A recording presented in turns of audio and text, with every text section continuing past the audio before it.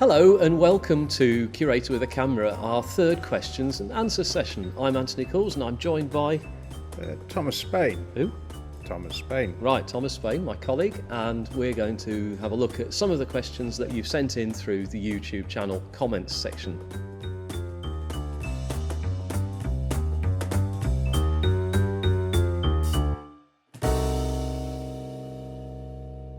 Before we get on to our questions and answers, we've got an announcement to make about a new series that's coming. It's a bit of a spin-off, but it's looking at the vast collection that is not rolling stock. So our new series is called Off the Rails, and it's looking at some of those things where colleagues will look at this rich collection that we're surrounded by here. Rumour has it that I also got set loose on the Lancashire and Yorkshire Railway School of Signalling. Believe me, it's painful. But nonetheless, despite what Thomas may say, really exciting series looking at the deeper items in our collection. But do make sure that you like and subscribe to the NRM channel so that you don't miss out on Off the Rails when it's launched. What we have today is a selection of questions that have arisen from the most recent season of Curator with a Camera. Some of them have been the ones that Thomas has done, some of them have been films that I've made. So between us, we're going to attempt to answer those questions. We'll give it a go. And we have them here on the laptop in front of us, never seen before. So let's see who... Well, we've seen the laptop before. I mean, it's kind of... Yeah, all right. Let's have a look and see. I'll make sure I push the right button. Okay. Black 5 is the first one. That was me. Excellent. So Black 5, the question comes from Rob Ginger Viking Johnson. Got to get the name checks in there. Mm-hmm. Flying Scott, I know you're out there somewhere. Question, will 5000 ever steam again? It's lovely to see static locos, but they are living, breathing fire, needs the rails to run. Well, Rob, of the Black 5s, there are 18 of these locos preserved out of a class of several hundred. So, I mean, 18 is a lot of engines out there. And as the National Railway Museum, you'd expect to see one of the most typical classes of loco in the museum. I never say never, but I think certainly in the next 10, 15, 20 years, it's quite unlikely because, as I say, there's plenty of other Black 5s out there operating both on the national network and the heritage railway system. So sorry about that one, but next question. Oh, the other side just asks how many are left. Well, how many are left, Thomas? If you haven't been listening, there's 18 left. 18 Black 5s. And so our next one that we have up is from Michaela Castelli. Is the Isle of Sodor real? Well, we're talking about the influence on the Reverend Audrey, and actually the Bishop of the Isle of Man is the Bishop of Sodor and Man. It is a genuine diocese of the Church of England, and Sodor is a place. It's there as part of the church remit, but actually there is no island of Sodor. No. I do apologise for that. I'm sorry to break that, and you can't really do it gently. But Sodor, because the Reverend Audrey, who created Thomas the Tank Engine and the Railway series, was a Church of England minister, a vicar, he knew about the Bishop of the Isle of Man being the Bishop of Sodor and Man. So when he was looking for somewhere to create as a principality, an island where his character engines could be based, the Island of Sodor, of course, became a reality in his mind. And there are maps, there are plans, and he actually drew routes of the railway across this fictional Island of Sodor. But all the engines were based on real locomotives. So, for example, the Black 5 in our film that we made, he based his character Henry II. That's not the king, but Henry the engine was actually based on a Black 5, or actually the second incarnation of Henry. But in our next series, of course, we will be doing a Thomas special, but more of that when it comes. Thomas, one for you. Oh, Wagon Bonanza. Which was great, wasn't it? Well, I enjoyed doing it, yeah. Well, we enjoyed there's always a wagon missing here and there, but we can't have everything, can we? So, Catherine WKYZ_1 in brackets. That's a snazzy name, isn't it? Yeah. I wish I could have something like that on YouTube. It reads, it just flows off verbally, doesn't it?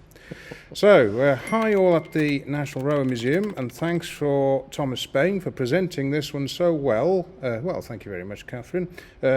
Wagons really do deserve more love than they get. Yes, I would agree. Yes, I couldn't agree more. Yeah. I was wondering. Actually, that's why we built New Hall at Locomotion. Yes. So we can give wagons love. Yes. Anyway, sorry. Yes, quite. I was wondering, was the Chaldron Wagon at Locomotion the last of its kind in service? I was really surprised at the fact it was used into the 70s. Well, personally, I'm not entirely sure, but it's certainly one of the last of its kind in service, and it's a bit like the spine of the story and of the railway story, and it sort of, provides the constant when everything else is changing. So, but yeah, there were a number of Chaldrons, weren't there? It was Seaham Harbour, wasn't it? Yes. Particularly because they could go under the stays and pick up the tailings. Yes, and several of them are sort of preserved at Beamish. I think Beamish had the majority of them. But, yeah. So there we go. Right. So next one. Oh. So David Schultz says it's fascinating stuff. Well, thank you very much, David. It was. I think it's great. Yeah. And Hove Heretic said, really enjoyed this episode. Thank you very much. And Hove Heretic says thanks as well. As another staple of rail freight operations, any chance of covering milk and or beer wagons or tankers at some future point? Well, funnily enough, I ought to be called the milkman in this august institution because one of my... what, not beer wagons? Well, one of my case studies in the PhD... Oh, there's time for that later. Yeah. One of the case studies in my PhD was on sort of milk distribution, so that could very well be a future episode. I think that would be really good, because one of the things that we tried with Curator with a Camera, it began with locomotives, but of course our collection is so much more than that. And people do accuse us of being loco-centric, don't they? So I think to be able to do wagons and even carriages as well. I mean, there's a super, not a full-blown Curator with a Camera as you understand it, but one on the Royal carriages. That was really good. But I think in terms of asking that, and we appeal to our production team and director and producer here, can we do milk wagons and things? Let's do it. Wagons too. Okay, as Lee says there, he says let's do wagons too. Excellent. 3, 4, 5, 6 and 7. As a matter, I could retire on this, couldn't I? Well, maybe. There you go. That's a good one. There we are. Right, it's your turn. Oh, back to me. Yes. Okay, and this is Lodestar then. So GS425. Gosh, we're really snappy today. Oh, yes. Bless you. Says, if there was no dome, how did they get the steam out without risk of water coming out too? Well, yeah, if you remember the Lodestar film, we talk about the taper boiler and the Belpaire firebox on the Great Western Railway, and that being one of Churchwood's innovations. And quite right, there is no dome, so there's no high point in the boiler there to get steam out. And so what Lodestar is fitted with is it's got a superheated boiler, which means there's an extra set of tubes going through the fire tubes. It's got what's called superheater elements, and the superheater elements they make the steam even hotter and more efficient. And so the regulator for Lodestar is fitted to the superheater header in the smoke box. So there is no dome on the top, but the regulator is in the smoke box on top of the superheater header. So you're getting really hot, dry steam there. And quite often a lot of later locomotives have smoke box mounted regulators, whether they are superheated or not. In fact, last week I was working on a couple of the vintage locomotives on the Talyllyn Railway in Wales from the 1860s. Again, there's one or two have smoke box mounted regulators. So, it isn't always in the dome. But on Lodestar, how did they get steam out without the risk of water? They fitted the regulator to the superheater header.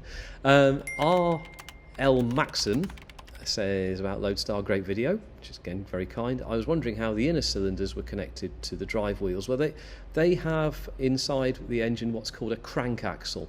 So it isn't a straight axle like you would expect on a normal wheel set. It has a pair of cranks which are forged, which then are connected to the inside cylinders via piston and connecting rods. Some engines with inside cylinders, or inner engines, middle engines, are all driving onto the same axle, but the Great Western engines drove onto the front axle. Yeah, so hopefully that's reasonably straightforward. This one is from Danger Angelus, and Danger Angelus says, oh, so this has an inverse Gresley conjugated valve gear. Well, sort of. But also a question I've had for a long time, why do most brake handles have the drilled holes in them? A lot of the locomotives had vacuum brakes, and the way that you put vacuum brakes on is to allow air into the system. You destroy the vacuum and the brakes come on, and so the little drilled holes in the brake handles are there to allow air into the system so that it can destroy the vacuum and the brakes go on. Again, a bit more detailed than that. In fact, there is a brake valve just sitting there in that case next to us. Such a shame you can't see it, isn't it? I think it's a real shame. Yeah. Anyway, that's, never mind. I think that's one for another time. Maybe next time. Yeah, that's what the drilled holes are there for, and you see them on diesel locomotives, steam locomotives, electrics. Anything fitted with a vacuum brake has holes in them, sometimes known as a pepper pot because of the holes that are in it. So Boxhill, Thomas. Oh, yeah. Yeah, that was a good one of yours, wasn't it? I quite enjoyed that. Yeah. So we've got a stream of comments there that says, I don't know if it's the accent, the sideburns, the tweed, or all three, but Mr. Spain seems right at home on a Victorian steam locomotive. Well, I think they probably do, but the bit that gets me here is Terrier Productions says, he looks like Richard Trevithick. No, I don't. Yeah, Gary Ferrington says, Plucky is a nice way to describe this hard-working little engine. That low firebox door must have been pretty rotten, though. Ow. Ow. Yeah, ow, indeed. I don't think we need to add any more to that. That pretty much does what it says on the tin, really. It's low. Yeah. Kind of amazing that class lasted in service till 1963, and of 50 built, 10 remain with around 6 in running condition. Well, yes, it's a long-lived class for a very simple machine. Yeah, a very simple machine. A lot of them were sort of used by other railways, or flogged off, shall we say, to various engineering enterprises and to other railways. I think Great Western ended up well, with two, exactly. Portishead, which if the keen-eyed amongst you will have spotted Portishead within the film. So it's yeah. Yeah, I quite like the Terrier. Oh, there you go. Simple one. Oh, EME space 27655. Hi. Hi. Hello. Next.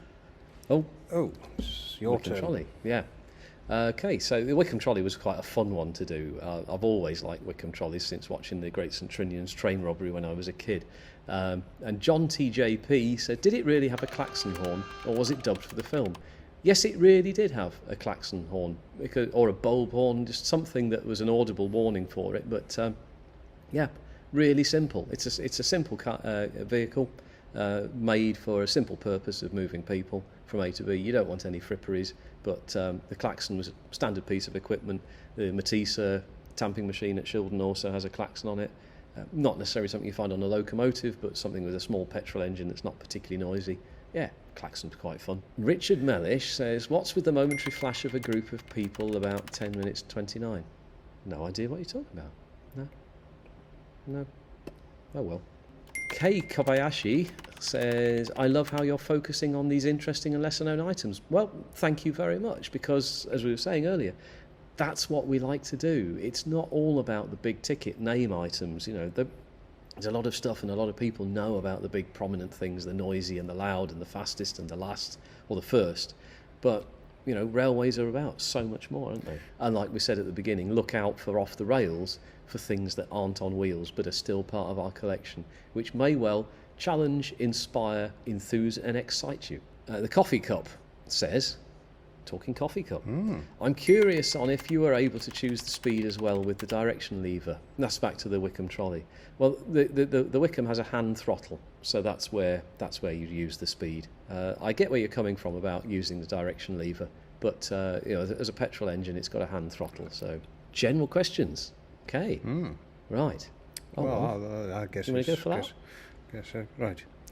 Dr. Excitement, which is very exciting. comes up with a very exciting comment. If they make another Q&A, I would ask that all the Curators' favourite engines in the collection is... Oh, well, it's got to be the Q1.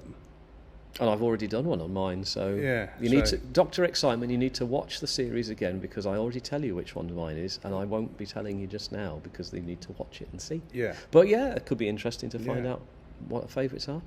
We won't ask you about the Q1 just in case you end up doing it. Yeah, well, I think you should. I will one day. I think you should. Yeah. Yeah. And then you can say this is my favourite engine. I'd like to do the Bully Triptych. Yes, because of course you've Because already I've done done Churchill. Yeah. And I'd like to do Element Lines. Well, there you are then. The good side, and the cutaway side, I guess. But that'd be a good two-hander, I think. Yeah. Oh, Harry Penn, please, and I'll add another please, cover Cheltenham. We already miss her at the Watercress. Yeah, I miss Cheltenham in Steam too. And I guess it could very well be an option in future. Yeah, as it's now on prime position on the turntable at the moment at York. It's great to see it there. And Harry, thanks to you and the team at Watercress who've looked after us so well for the past 10 or more years. Chris Smith, who was the project manager of it, is a personal friend of mine for many years, again through the Tytleton Railway. But had it not been for Chris and the overhaul that they did at Eastleigh, then we wouldn't have had it in the condition it's in now. So there we are, folks. That was our Q&A for the third season of Curator with a Camera. Do keep the questions coming in, because we are genuinely interested and like sharing what we know and sometimes what we don't know about the collection.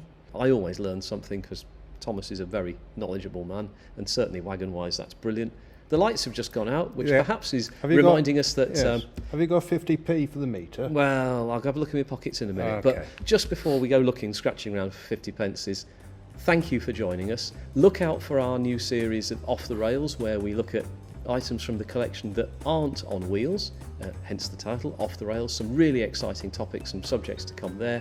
And then Curator with a Camera will be back in the new year. Do join us to see what else we've found to talk about, look at and investigate. So it's goodbye from him, it's goodbye from me, and it's goodbye from the vacuum brake that you can't see.